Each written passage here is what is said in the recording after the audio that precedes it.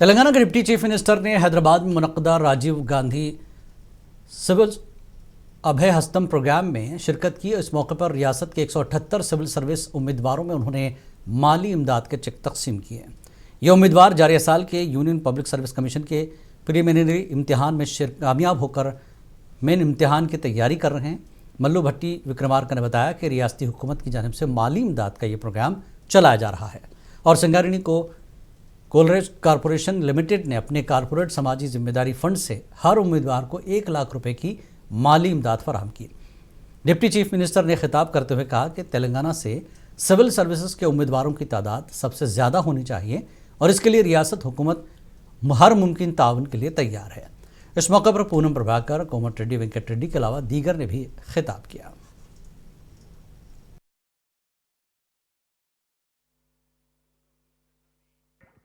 Fourth सिटीలో engineering graduates నుంచి మొదలుపెట్టుకొని polytechnic ITI చేసుకున్న వాళ్ళని మన corporate CSR fund, Microsoft, TCS ద్వారా దాదాపు 65 సెంటర్లు, ఒక్కొక్క centre example my centre, my constituency Nalgonda 86 crores ఇవాళ ఆ సెంటర్ ఏర్పాటు చేపించి త్వరలో ఇనాగ్రేషన్ చేసుకుంటున్నాం।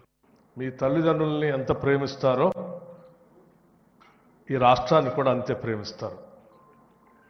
సో మీరు ఏ స్థాయిలో ఎక్కడున్నా కానీ ఈ రాష్ట్ర భవిష్యత్తు కోసం, రాష్ట్ర అభివృద్ధి కోసం కూడా మీరు చేపట్టే వృత్తిలో, పనిలో, లేకపోతే ఆ డిపార్ట్మెంట్ ద్వారా ఎంతో కొంత ఈ రాష్ట్రానికి ప్రయోజనం చేకూర్చడం కోసం